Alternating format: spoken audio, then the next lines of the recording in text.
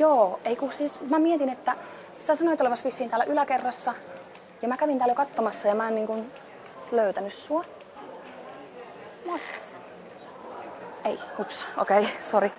Eli täällä päin. Alussa, joo, okei. Nyt mä en kyllä oo yhtään varo, missä oot. Vähän jännä. Niin moi. Okei. Saatkin pyörätuolissa. Joo, mä en kato tajunnut kattoo. Ei se mitään. Hauska tavata, Anna. Kiitos, samoin. Elikkä mulla on täällä haastattelussa Anna Giss Tampereelta.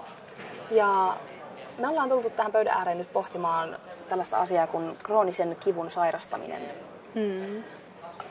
Kerro vähän, että miten ihmiset kohtaa sut? Se riippuu totta kai tosi paljon, että tietääkö ne ihmiset musta mitään. Jos mä menen ihan kaupungilla, niin tosi monihan nykyisin totta kai kun ne näkee pyörätuolin, niin sitten ne vähän silleen varautuneesti suhtautuu ja aika moni sitten luulee, että mun kehityksessä on myös jotain vialla ja kaikkea tällaista, että saa vähän sellaista alentuvaa käytöstä välillä. Mutta sitten toisaalta taas ne, jotka tietää mun kivuista ja näin, niin ne pystyy lukemaan mua vähän paremmin. Kuin että sitten osa ihmisistä ajattelee, että kun näkee mut jossain kaupungilla, no, että onpa hymyilevä tyttö, joka on meikannut ja pukenut päälleen, niin sinne saattaa ajatella, että mulla ei ole oikeasti mitään. Mutta kun se todellisuus on kuitenkin se, että se mitä ihmiset näkee, niin se on pelkästään vaan se jäävuoren huippu. Siellä pinnalla on niin paljon enemmän. Joo. Tuleeko sulle mieleen jotain erityisiä kohtaamisia, että missä joku olisi vaikka jotenkin kohdellut sua omituisesti? Kyllähän niitä on totta kai siis sellaisia, että mitä niinku kivun puolesta tulee, niin on ollut jotain sellaisia tilanteita, että ihmiset ei vaikka niinku uskonut mua. Että jos mä oon niinku sanonut, että älä vaikka koske muhun, että mulla on oikeasti vaikeat kivut ja että toi sun koskettaminen vaan lisää niitä, niin sit se tulee helposti ihmisiltä se peruslause, että mutta ei tää voi sattua. Ja sitten vaan itse, että kipu on niinku aina subjektiivinen kokemus, että en mä voi sanoa sulle, että joku juttu ei satu, koska en mä koe sitä samalla lailla kuin sä. Niin tollaiset tilanteet on totta kai niinkö hankalia ja kyllähän niitä tulee melkein päivittäin. Ihmiset pitää siellä 7. ihmeenä, jos pyörätuolia käyttävä henkilö nousee vaikka toiselle tuolille tai näin. Että et sä nyt ehkä olekaan sit vammainen, jos sä pystytkin ottaa askeleita. Aivan, että tavallaan kuvitellaan, että on vain kaksi asiaa, että on kävelykykyinen ja sitten on täysin kävelykyvytön. Joo.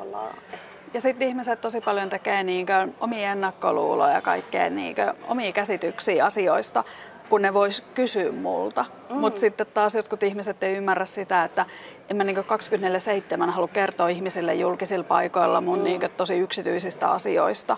Ja että kyllä mä niinkö, että jos ihmiset tulee kysyä multa suoraan vaikka, että minkä takia mä käytän pyörätuolia, ja jos mä vastaan vaikka, että mulla on vaikea neurologinen sairaus, että sen takia, niin sitten se, että se ei ole aina se tilanne sellainen, että mä just haluaisin kertoa kaikesta, niin tavallaan se ihmisen sellainen sensitiivisyys tai sellainen, niin sitä voisi joskus vähän ehkä korostaa.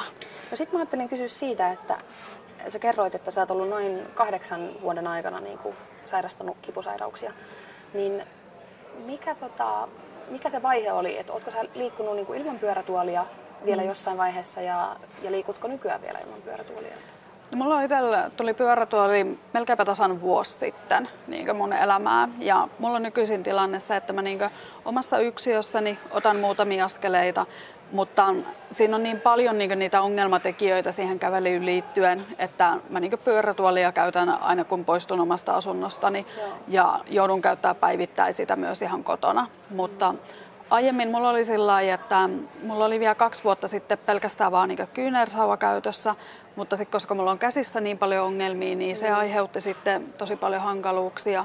Mutta että vielä semmoisen jotain 5 vuotta takaisinpäin, niin ei musta taas nähnyt kadulla kävellessä ollenkaan, että mulla olisi mitä tahansa niin vialla. Eli tavallaan se pyörätuoli on mahdollistanut sen, että sä et joudu jäämään niin 4 seinän sisään? Joo, on se justiinsa mahdollistanut sitä, koska että aiemmin se tilanne oli justiinsa vähän se, että mulla oli tosi vaikea niin liikkua ja näin, niin nykyisin sitten mä pystyn edes liikkuu vähän paikasta toiseen, niin se on tuonut, että mä koen, että niin pyörätuoli ja henkilökohtainen avustaja molemmat on vähän sellaisia asioita, että kun ne tuli mun elämään, niin mä jouduin luopua tosi paljosta. Mutta samalla mä myös sain tosi paljon takaisin mun elämään. Miten sun läheiset ja perhe on ottanut vastaan ensin sun sairastumisen ja sitten vähän myöhemmin sun liikkumisen pyörätuolilla? No mun sairastuminen on ollut sellainen, että se oli alkuun niin sellaista hataraa ja hankalaa niin itsellekin, kun mulla kesti alkuun 3 vuotta, että mut niin diagnosoitiin. Niin se oli totta kai vähän sellaista, että kukaan ei oikein tiennyt mitä tehdä ja näin. Ja sitten se on ollut kyllä mulle hyödyksi, että mun perhe on tosi paljon mun tukena ja he tekee kaikkeensa mun eteen, että kyllä mun äiti on varsinkin joutunut olemaan mun tietynlainen asianajaja, että kun jotkut asiat ei ole edennyt, niin hän on sitten niinku hoitanut niitä eteenpäin. Sitten toi pyörätuoliasia oli vähän sellainen, että mä itse koin sen tavallaan semmosena, että se tulee ja sitten vaan mennään eteenpäin.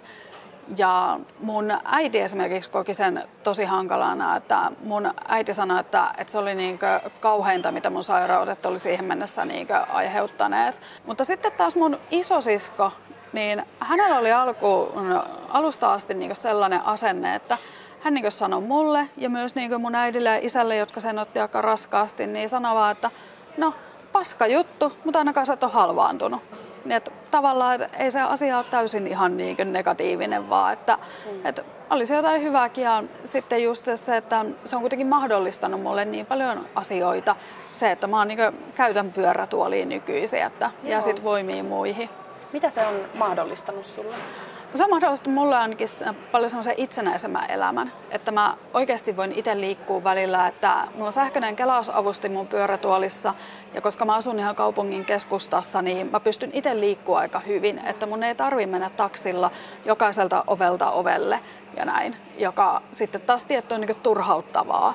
Että kyllä se on tuonut mulle sellaisen vapauden, mutta sitten totta kai se on auttanut mun niinkö kivuissa ja jaksamisessa se, että mulle ei mene sellaista ylimääräistä energiaa siihen, että mä ihan vaan niinkö kävelisin vaikka johonkin kuntoutukseen tai tällainen. Miten sä toivot, että sut kohdattaisiin? Mun mielestä kaikista tärkeintä oli sitten millainen ihminen tahansa, kipeä, terve, mikä tahansa etninen tausta, se, että ihmiset kohdattaisiin yksilöinä. Jokainen meistä ihmisistä on oma ainutlaatuinen yksilönsä. Se on mun mielestä tärkeintä. Kaikilla on stereotypioita ja ennakkoluuloja. Ne linssit voi laittaa pois, mutta se pilkettä silmäkulmassa ei kannata unohtaa. Koetko sä, että sä oot saanut henkisiä asioita? Että onko tullut kasvua tai syvempää ymmärrystä tai empatiakykyä tai tämmöisiä asioita ton oman sairastumisen kautta?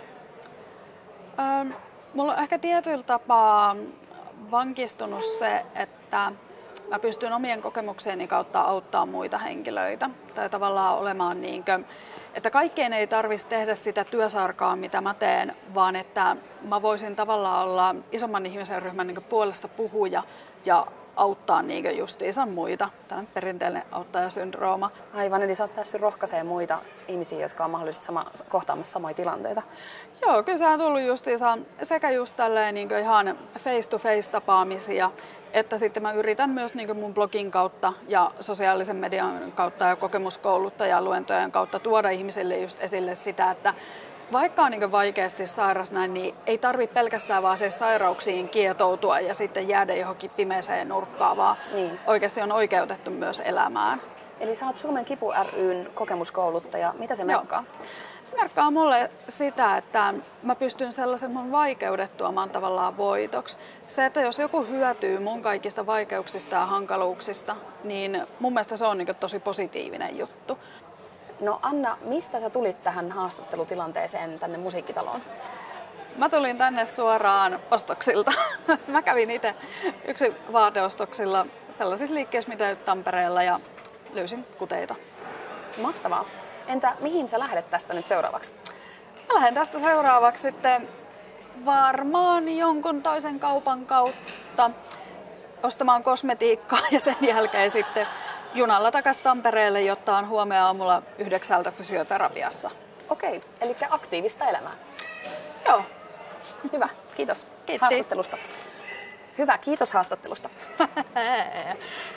Kauhean vaikeaa, kun huomaa puhuvansa ihan mitä sattuu.